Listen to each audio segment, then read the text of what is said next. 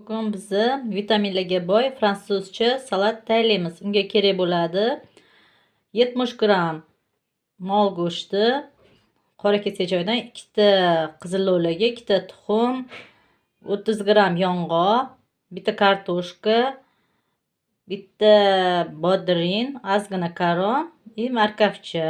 Bir 50 gramm, 60 gramm markavcha kerak bo'ladi.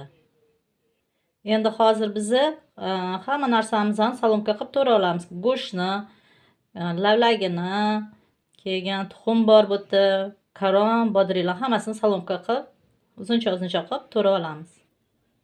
Mana hamma masalliqlarimizni somoncha qilib to'rab oldik, tayyor qildik.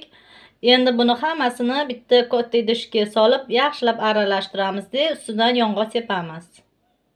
Mana salatimiz tayyor bo'ldi. Juda ham barakali, shirin, bolalar ham maza qilib yeydigan salat. Tavsiya qilaman, qilib ko'ringlar uyda. Mana shu hozirgi porsiyani o'zidan 6 ta 7 ta tarelka chiqadi.